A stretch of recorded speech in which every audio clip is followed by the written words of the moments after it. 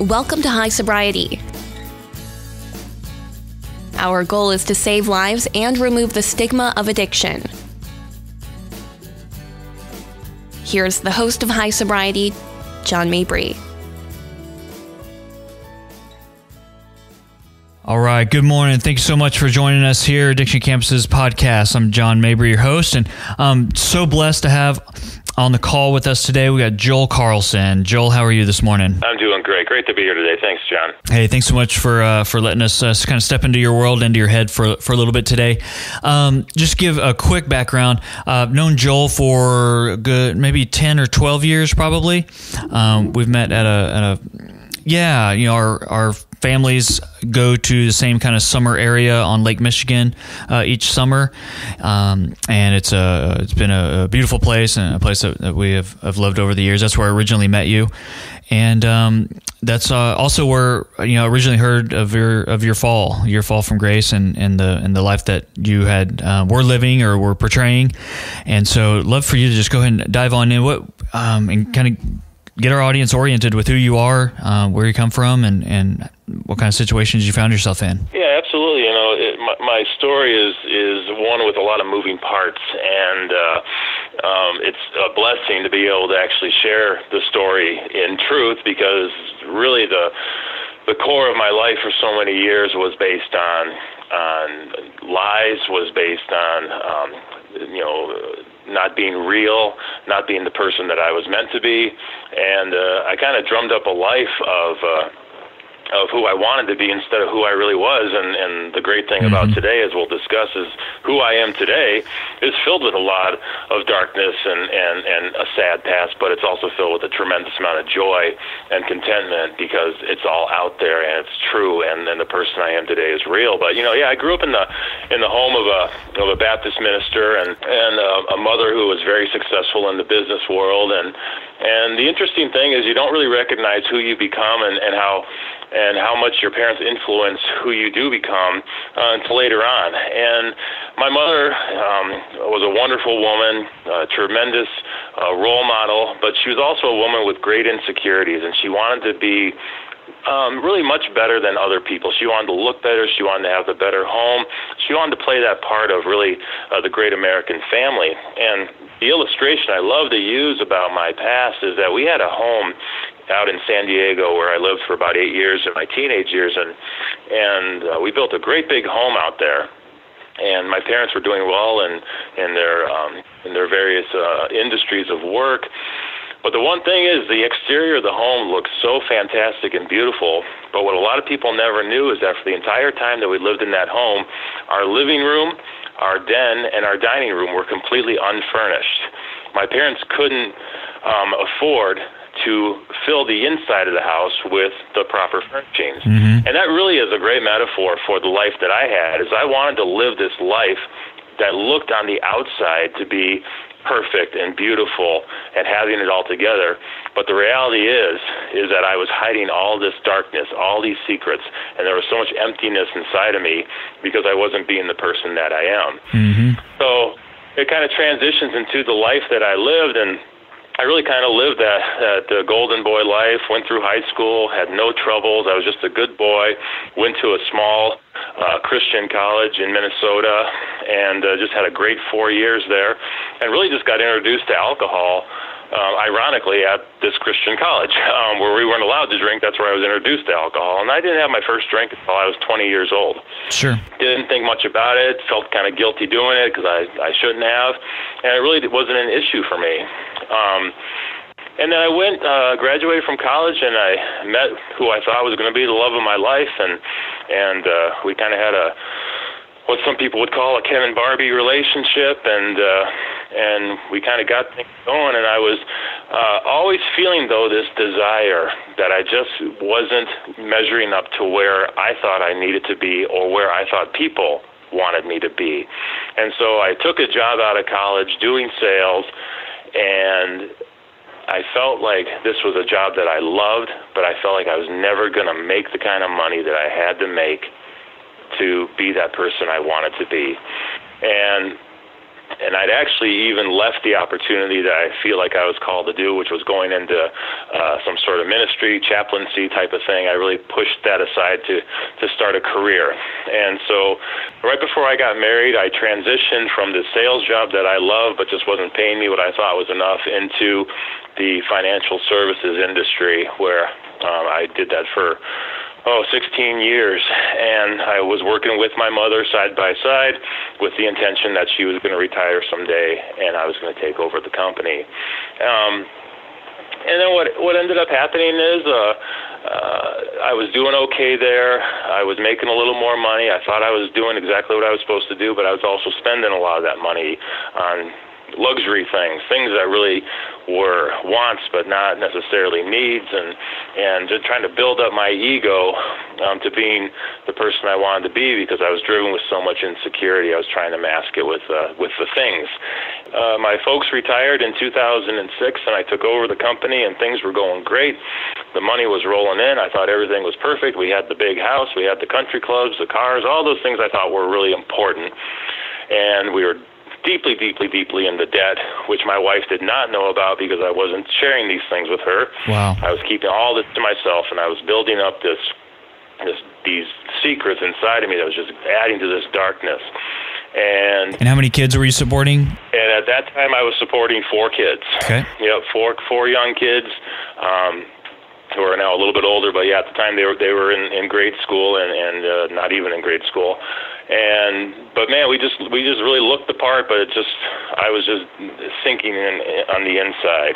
And what happened was then in 2008, as we all probably remember, is our stock market took an enormous crash, and people lost half their money, half their invested money, and it affected me, and from 2008 to 2009, my income dropped about 80% because of that. Wow. But my lifestyle did not. I wanted to find ways to continue to rise above, look better, say, well, this was a tough break for people, but not for Joel. We're going to continue on. So the spending continued, the debt got even higher, the lies kept going with my wife, and things just got worse and worse. And it was at about that time, up around 2007, where I really had been, at even the worst, a moderate drinker. I was incredibly responsible. I knew my limits.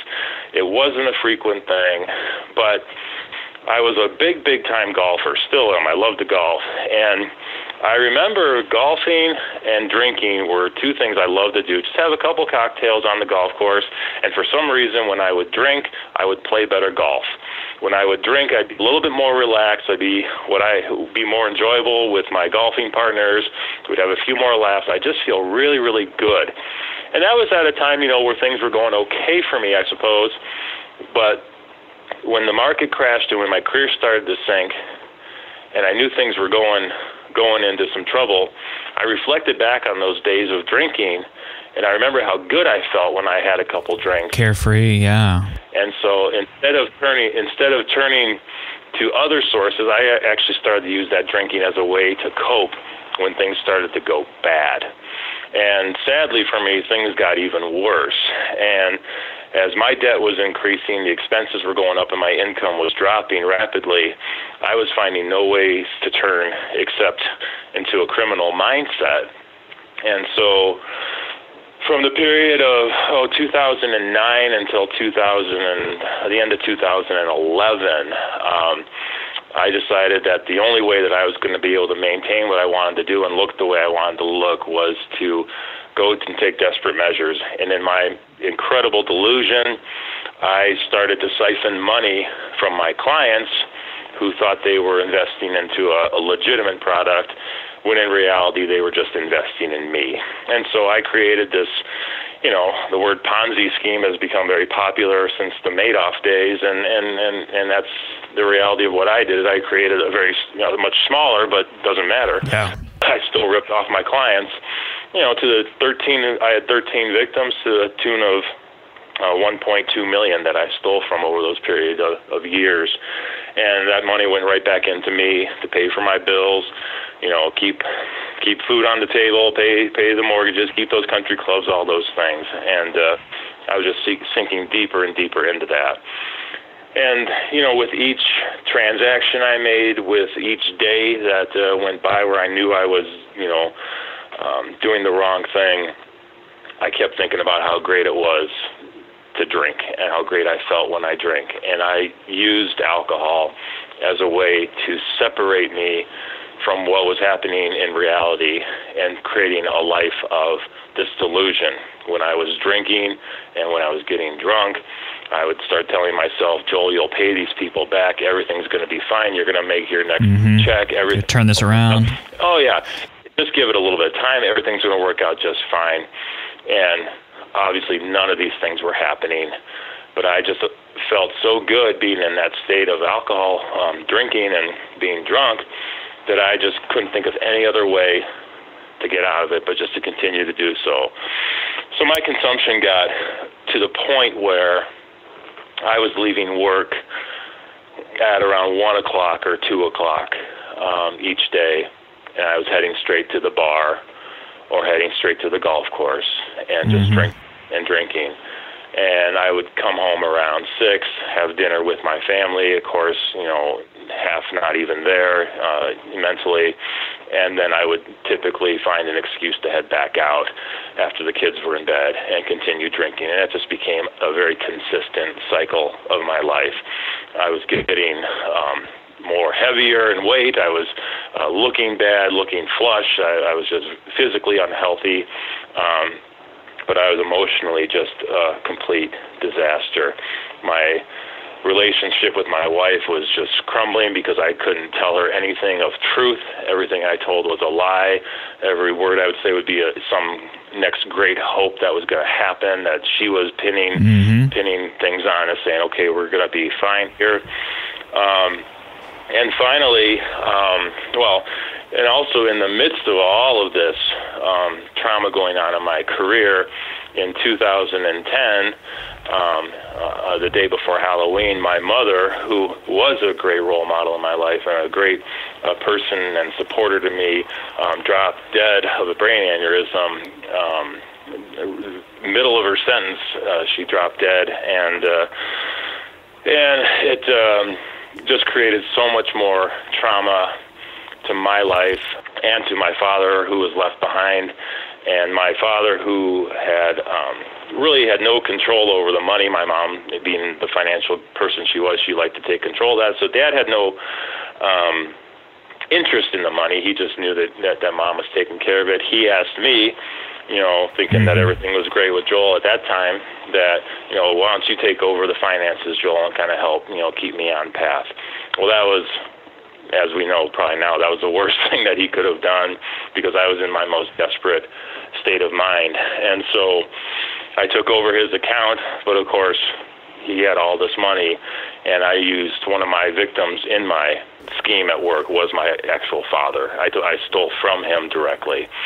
And as we talk today, I want to really highlight him as a part of my story, because that's really my father ends up being one of the greatest heroes in my redemption here in restoration.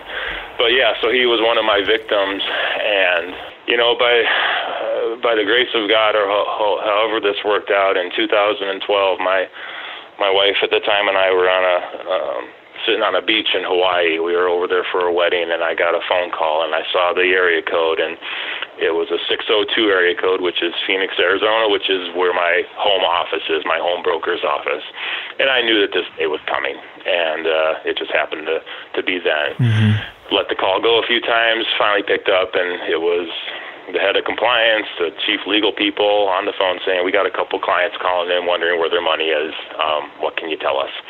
And I had been caught. And they said, we know you're in Hawaii. We'll be at your office on Monday when you get back.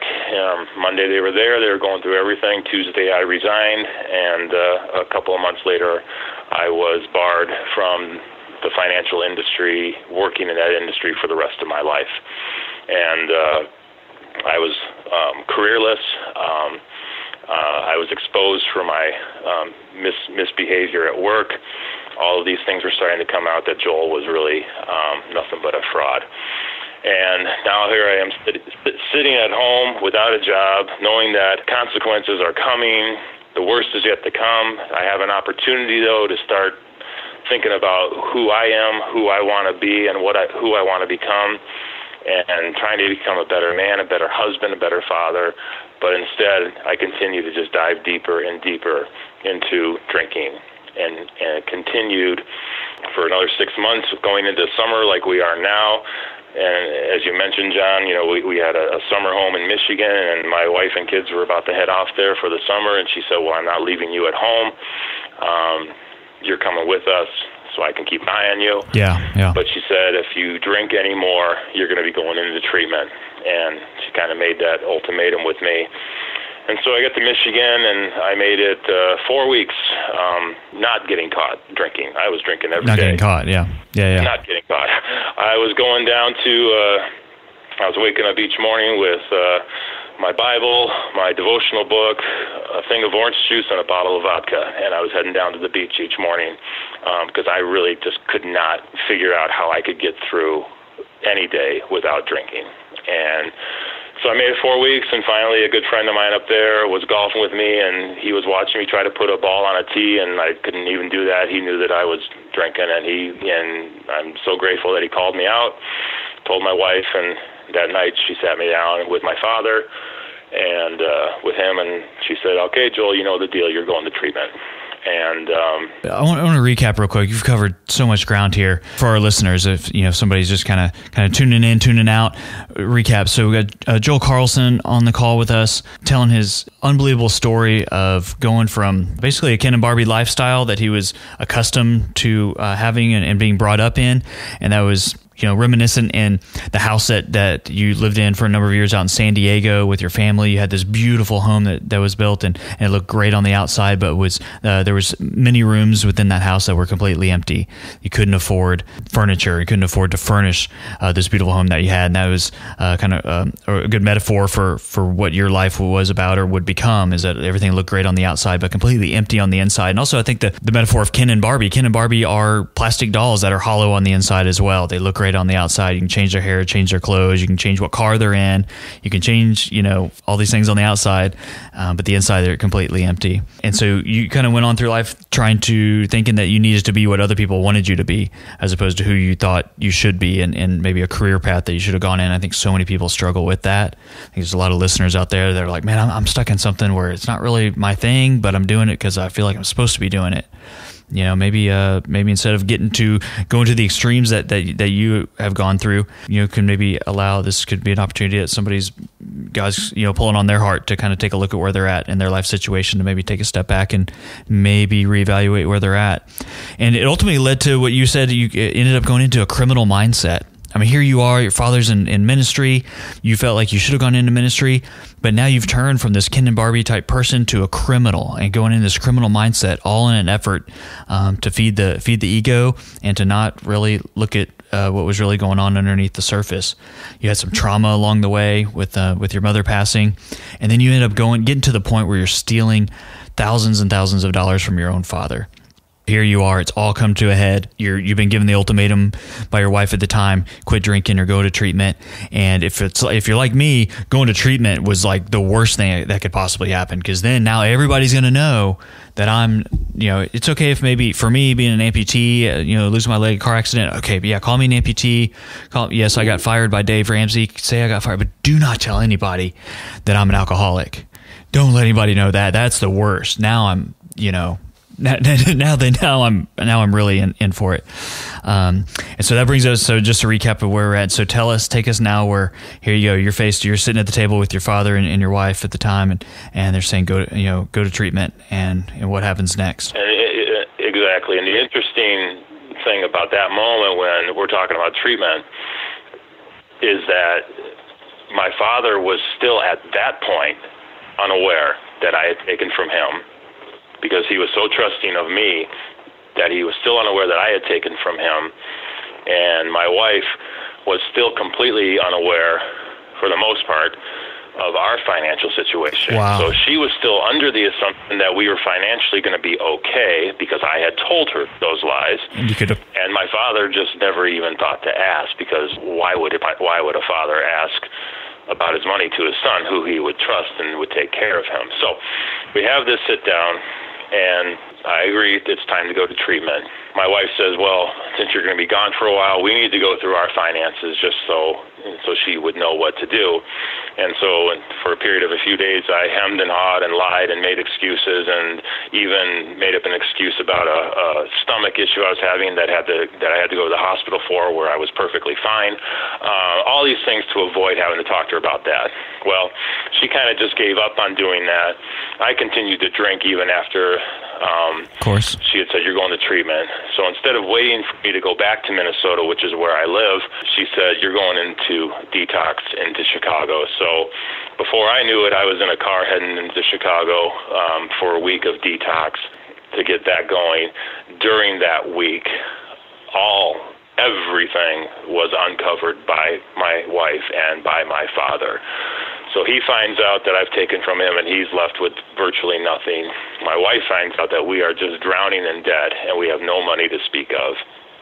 And I'm sitting in detox for the week, trying to start repairing myself, where I'm not even at all grasping in reality what's going on in my life, how sick I have become, and how bad this is. So the intention was to get me back to Minnesota. So I leave detox after a week.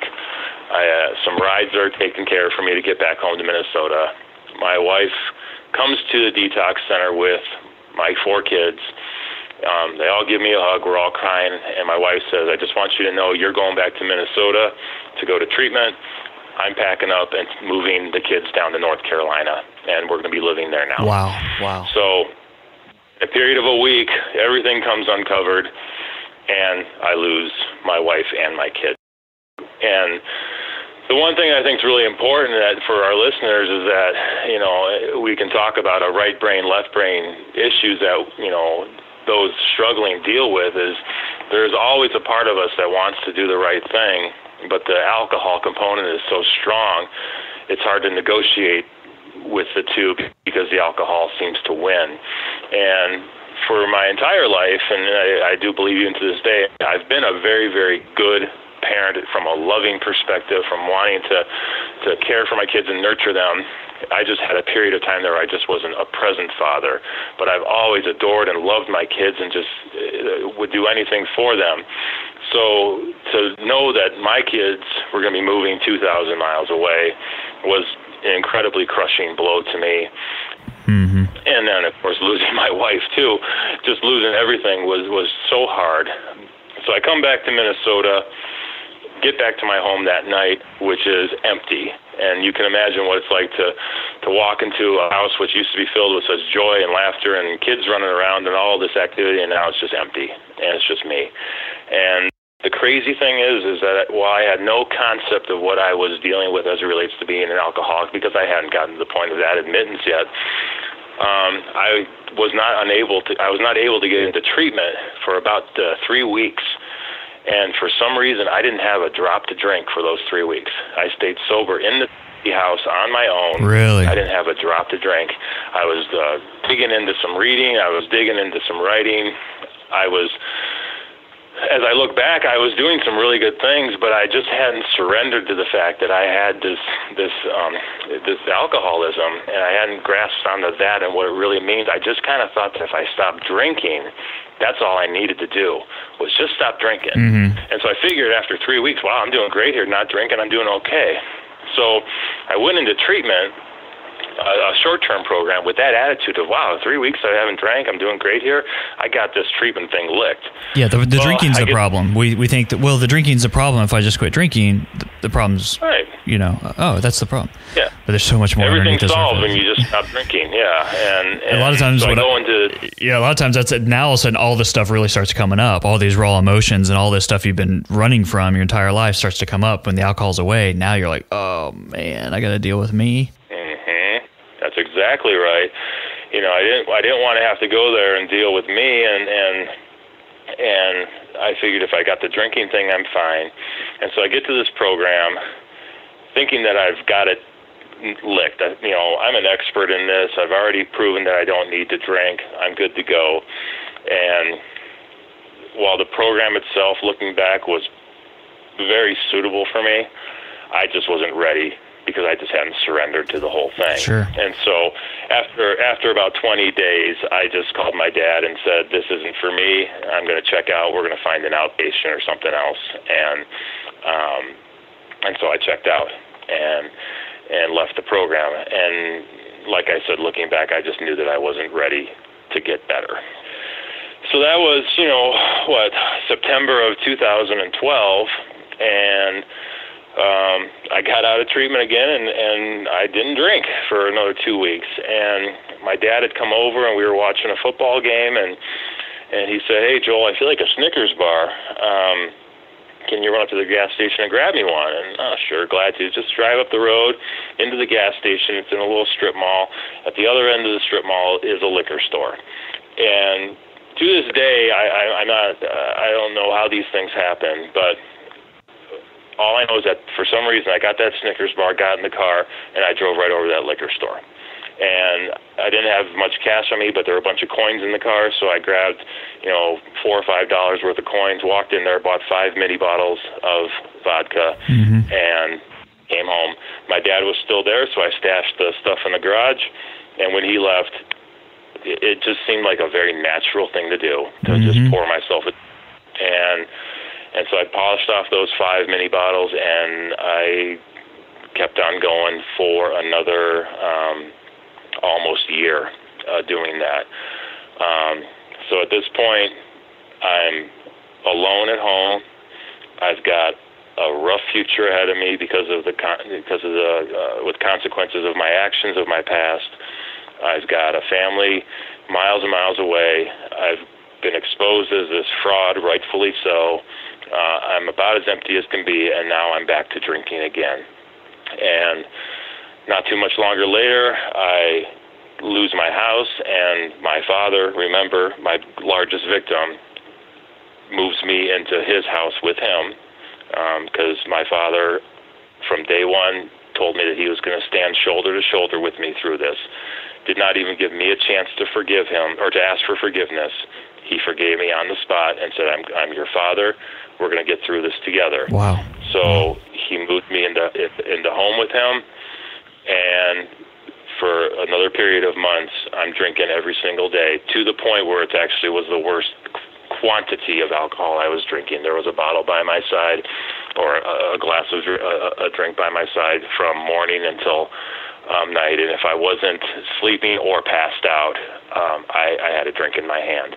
I think it's important to point out for listeners, like, if you're relating to this at all, a lot of times people understand, like, why don't you just stop drinking? Drinking's the problem. The alcohol's the problem. Well, what we learn is that actually alcohol is the solution. Like that's our solution to the problem. It's just like, it's like taking I've mentioned this before, it's like taking a blanket away from a baby. A baby's just like screaming and crying. I'm alone. I'm scared. I'm fearful.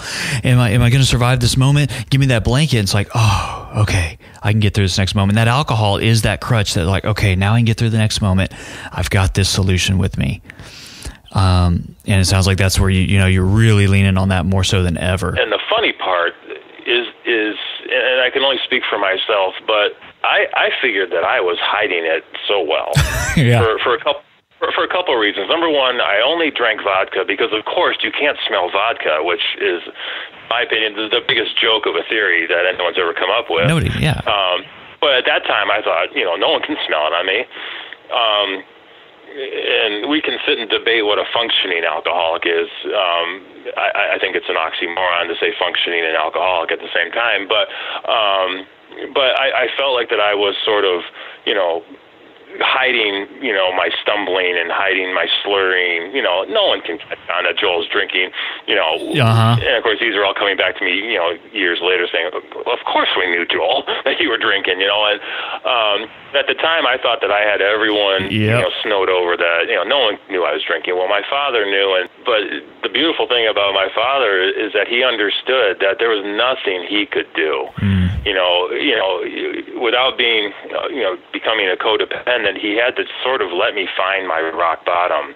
And it really kind of gets back to one of your points that you just made, John, is that my wife, at this time, I'm talking to my kids on the phone once a week on a Sunday on speakerphone, so she could hear what I'm saying, because she can't believe a word I'm saying, rightfully so. So she doesn't know what I'm going to say to them, so she has me on speakerphone. I'm talking to them once a week. And, I learned later on that for some of my kids, it was really traumatic just to get on the phone with me because their trust level had just dropped.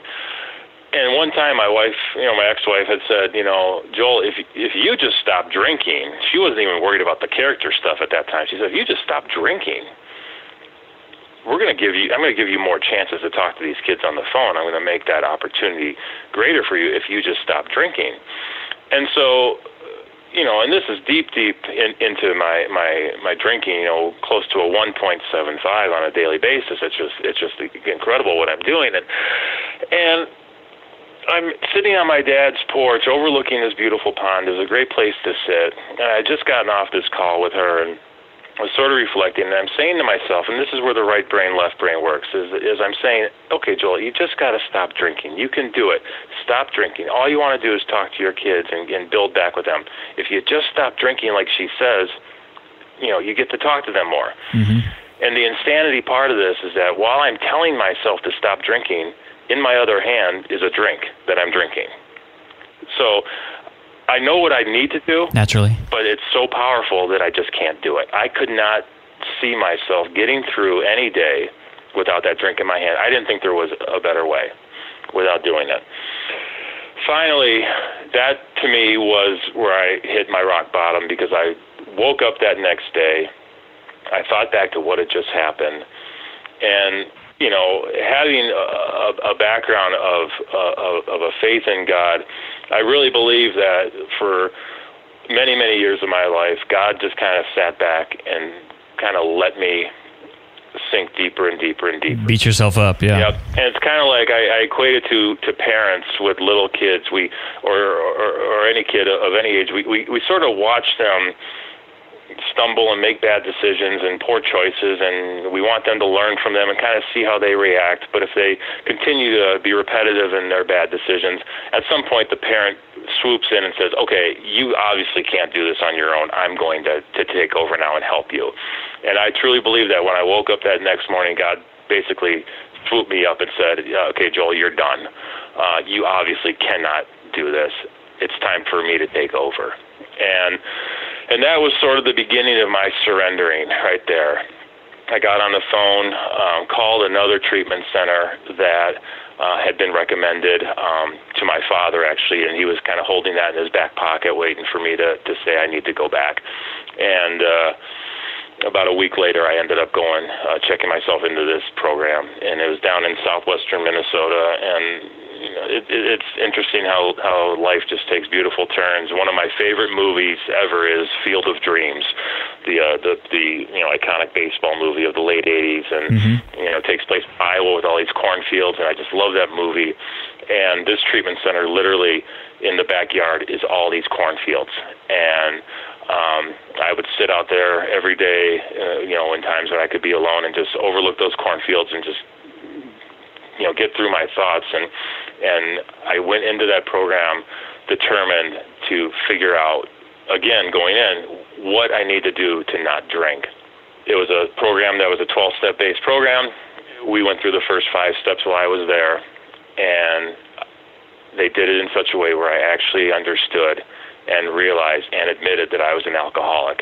And one of the greatest phone calls I ever made was I had just gotten through step 1, admitting I was powerless and my life had become unmanageable. Mm-hmm. And I got on the phone, my counselor got me on the phone with my dad, and it was on a little speaker phone call with the 3 of us.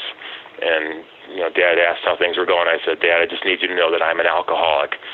And my father didn't, take a deep sigh of, like a painful sigh or a frustrating sigh or a disappointing sigh. He almost let out a yelp of joy when he heard me say those words, that I was an alcoholic, because he finally recognized that I was getting it. Hallelujah. That I knew that what I was dealing with was definitely about my drinking, but so much more about who I'd become as a man. And for the next 45 days in that treatment center, I worked through my character flaws, my arrogance, my pride, my dishonesty, my deception, all of those things. And I remember doing my step 4, taking that personal inventory, and they gave me this, Denny's menu of character flaws and asked me to check off, what I was. And I just was amazed. I was going down the list and checking off, virtually every single one of those things, adding narcissism to the list as well. I even creating my own flaws that weren't even on there. Coming up with your own. And I want to take a quick step. So you're referring to so listeners that may not know, the 12 Steps of Recovery are part of Alcoholics Anonymous, Narcotics Anonymous, these types of 12-step groups that are out there that are free of charge for people to get involved with. You don't have to go to treatment to get involved in a 12-step program, and 12 Steps not for everybody, but 12-step has helped millions of people over the years to gain and maintain sobriety. So I just kind of wanted to point that out. If anybody had any questions about that for our listeners. Yeah, absolutely. And you're absolutely right. It's a program that's not necessarily for everybody, but it's certainly one that has worked for many, and in this case, worked for me. And so the 45 days there were one of the most difficult periods of time I spent in my life, but also one of the greatest, because I did see that there was a better way. And I did see that what was driving my life was this just deep insecurity that I had. And, it's very typical for a person that is insecure, wants to display an image completely opposite of insecure. And so for me, with insecurity being at the core, out of that spread that arrogance and that pride and that dishonesty and all those things. And when I was able to see that there was a different way, and with my background, having a faith background, when I surrendered this to God and said, I can't do this, you need to take the wheel. Over time, I could see that the arrogance, turned into humility, the dishonesty turned into honesty. All of those negative characteristics were flipping, slowly into the positive side. And I'm almost 4 years now into my sobriety, and I don't have this, fixed. It's a day-to-day grind of working on those character traits. And those character traits and those feelings that you've covered up for so long, those are the root of the problems. Absolutely. We talk about we thought the problem was the drinking. We thought the problem was the lying. Well, no, if you dig underneath the surface, it's not the alcohol that's the problem. It's not the lying that's the problem. It's the insecurities. It's these character flaws that can come up when working with other people to help determine what these are, and to have somebody help hold your hand. And maybe it's through treatment or through a 12-step program or through a church counselor or a pastor or something like that. But I think it's important for folks to understand it. Man, the drinking's not the problem. That's just the surface level stuff. It's all this other stuff that you're coming to realize. These are the problems. This is what I need to work on. Absolutely. Then the drinking just starts to fade away as you continue to work on yourself. That's exactly right. And it's we talk a lot about progress, not perfection, and I think that's a great way to look at things. Is that once I understood who I wanted to become, and truthfully, who I knew was already in me, it had just gotten muddied over by the other side of things. I knew that there was a person in me that was joyful and honest and compassionate and generous and all these things. It just got covered up by the other negative things because of that insecurity. So, I've progressed and worked into being that man. And when I left treatment after 45 days, I had this foundation that was so new to me that I'd never felt before. I felt this security. I felt this peace, and I felt this enthusiasm to really push forward and become this person I wanted to be.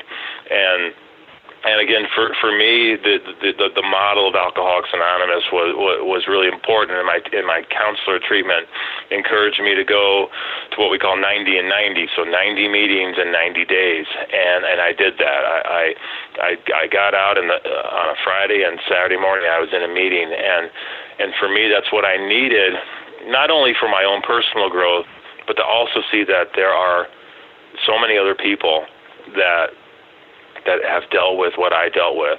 And it's really refreshing to sit in a group with a group of people and share my story, and they kind of look at me and say, we get it. I didn't feel like I was the only one that had completely screwed up my life.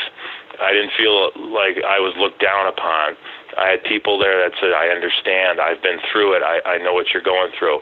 And so for those first 90 days of going to meetings, I really built upon that foundation I had already set, and I could just slowly see that things were starting to get better. My relationship with my father was just tremendous. He was again a man of his word, just standing by me, encouraging me. Wow. We had a wonderful thing that we did, as I moved back in with him, where I had a breathalyzer that I'd gotten from wherever, and every night before he'd go to bed, I'd go up to his room and he would give me a breathalyzer test. Not because he said I had to. It was kind of a dual thing. It was like, I want to do this, Dad, and for every night that it would. It's like a kid, yeah. Like a kid trying to go make his daddy proud. Like, hey, Dad, I did my reading for the night, or hey, Dad, I practiced my basketball, shots, this evening. Exactly. Yeah, dude, that's so cool. That's so every awesome. night they would register zeros. My dad had this patented fist pump that he would do, kind of an air fist pump. They well done, and he did that for me as a kid when I was playing baseball. And every night he'd give me that fist pump for another day of making it, and it was so cool. I was connecting more with my kids. I think it's important to point out for folks those little victories along the way can really help somebody that's early on in recovery. It doesn't have to be some, oh my gosh, I've got my dream job within the first 6 months of being sober. It's not about that. It's just building upon small little victories and the fact that you could blow into this is something like we would do with our children. Like, hey, you didn't use your blanket you didn't use your blanket today. I'm going to give you a piece of candy at the end of the night if you didn't, suck on your pacifier all day. These little victories, I think it's important to point out. They might seem trivial, but they're huge for folks early in recovery. Well, that's exactly right. The little victories are huge in the early days of recovery, and even as you go into your years of recovery, where it's important to just take each moment of time, each day, as a real victory if you can get through those days. And as I was working my way back into the real world, because of course, leaving treatment, was great, but getting back into the world was when the work was really going to begin, when all of the temptations and opportunities were going to be there. And so I pasted on my door going out to the garage just two simple words: not today. And I just looked at those words as sort of my rah-rah speech to myself, not today. And it wasn't necessarily just not today, I'm not going to drink.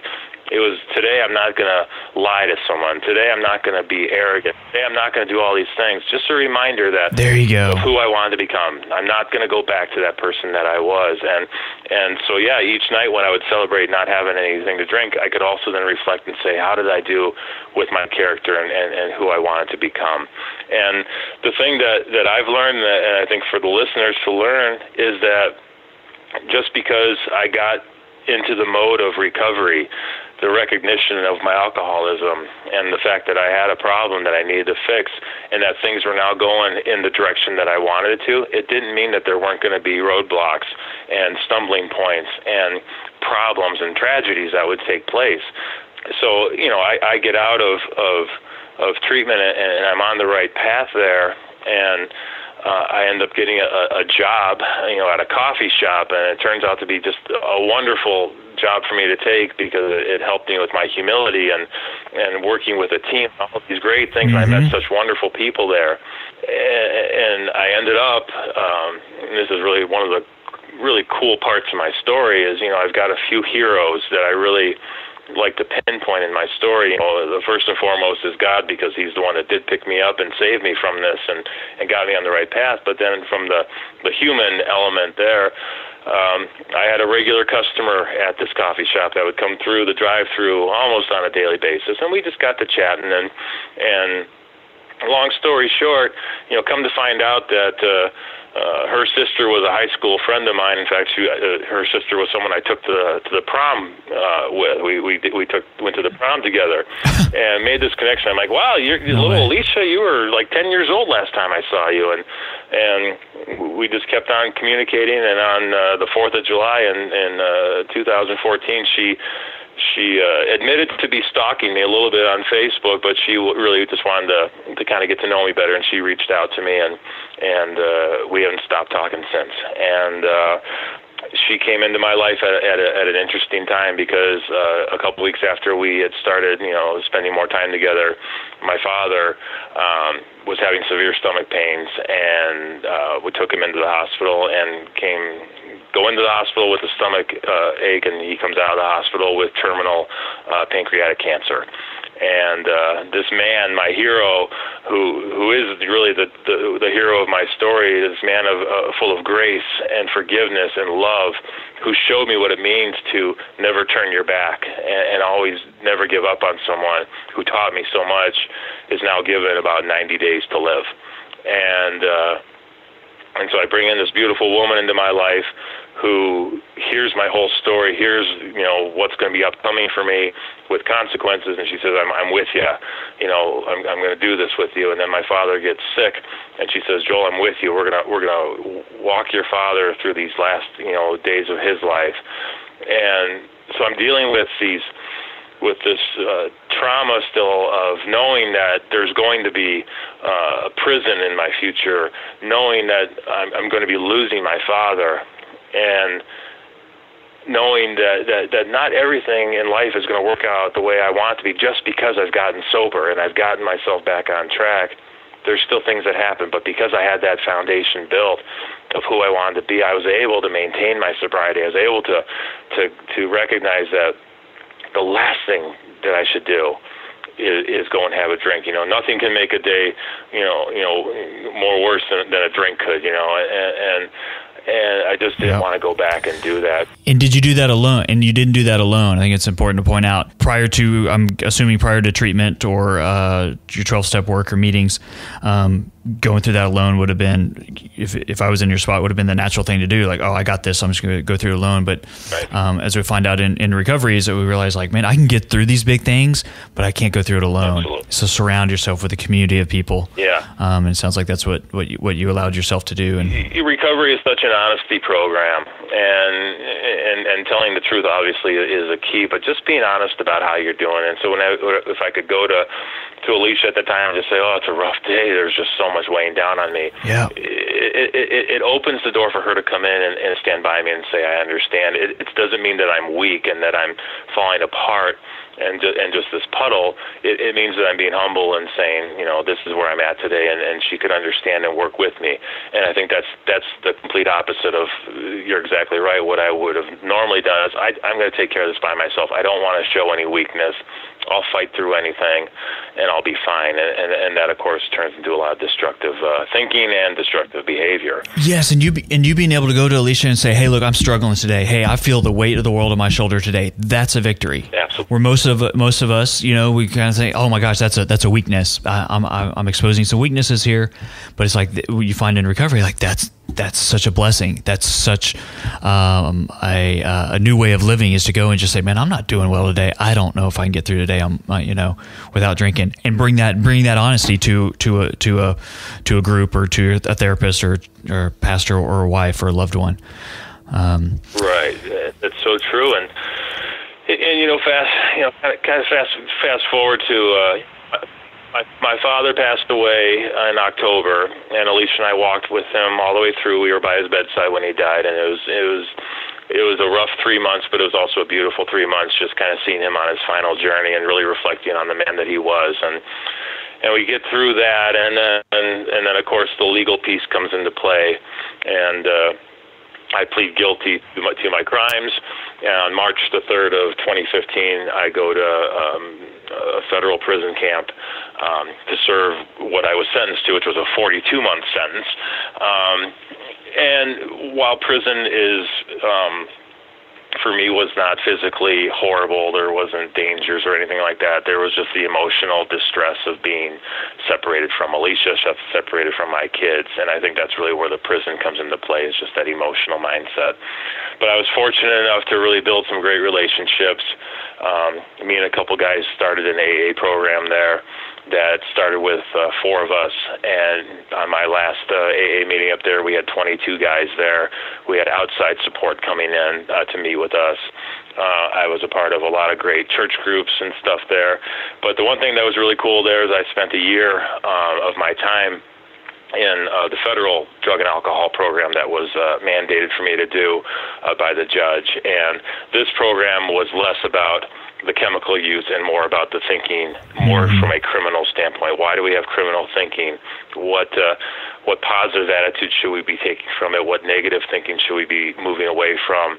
And it really, really just was a fabulous extension of the recovery process that I was already in, which was a huge blessing to be in recovery when I went into prison, and then to just spend a year of my time doing more intensive work on my thinking was huge.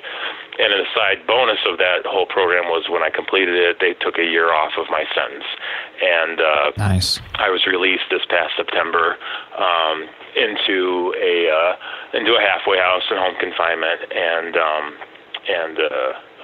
I'm now free from custody completely, and moving forward. Moving further away from that and into a different life, but some cool things have happened since I got out. Alicia and I got married last October. All of my kids were there. They came up from the South to be there. They've been nothing but support and encouragement and love. I feel like I've rebuilt those relationships even better than when they've ever been. And I've now taken a job in recovery. I work at a treatment center now.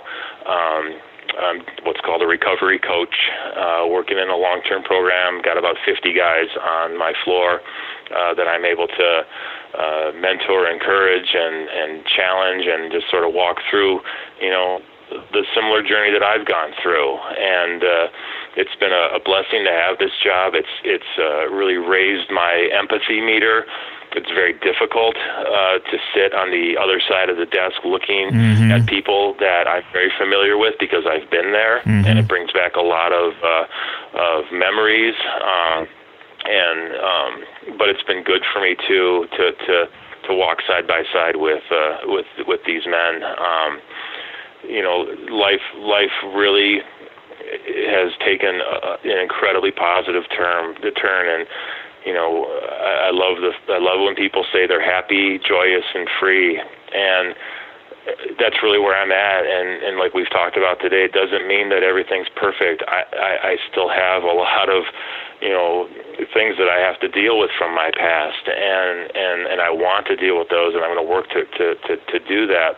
But the memories of my past still sit there, but I'm not wallowing in it. I'm not staying in the past. I know it's there, but I'm in the present, and it's a good place to be. I've learned a lot about grace from my father. I've learned about unconditional love from my wife. I've learned about encouragement and support and forgiveness from my kids. I've got friends that are much, much, much less in quantity, but so much higher in quality. There you go. Today. And I'm trying to live a simple life. I'm trying to keep my focus on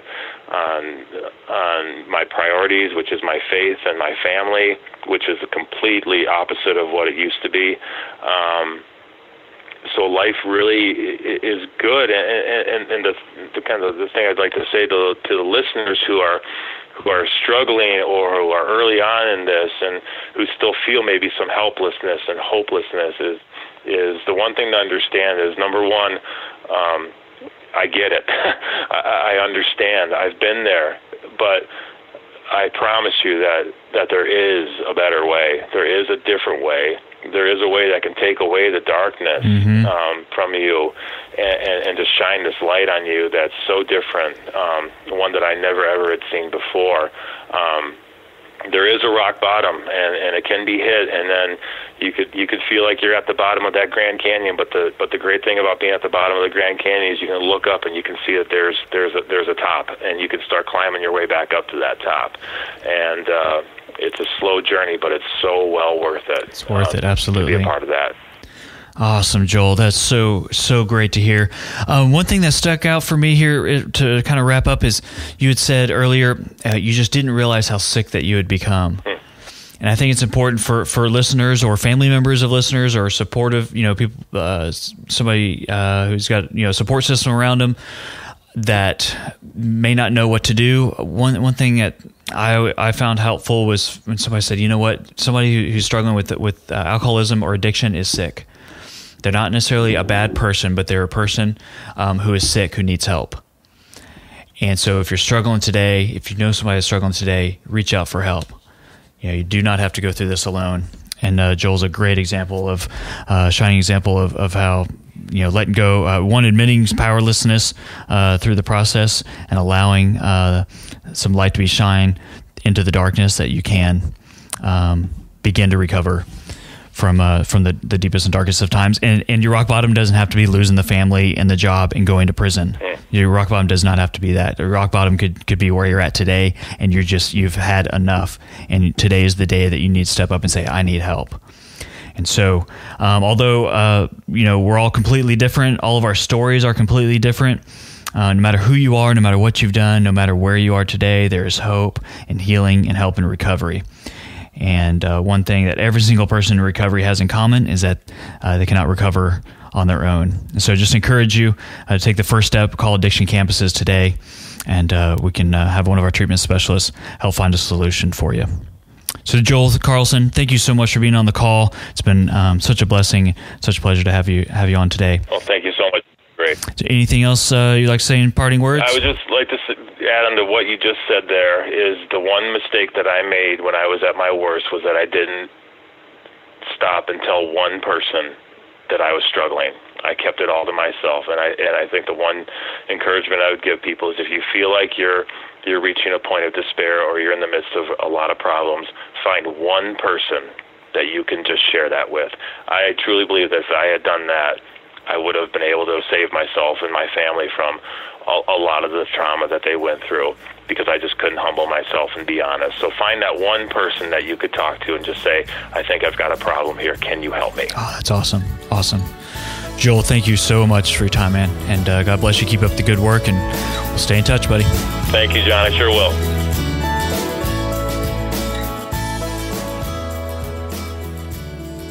Thank you for listening to High Sobriety. If you or a loved one are struggling with an addiction, we can help. Call our hotline at 844-888-HELP. That's 844-888-4357. Don't wait. Call today, 844-888-HELP. High Sobriety is an Addiction Campuses podcast.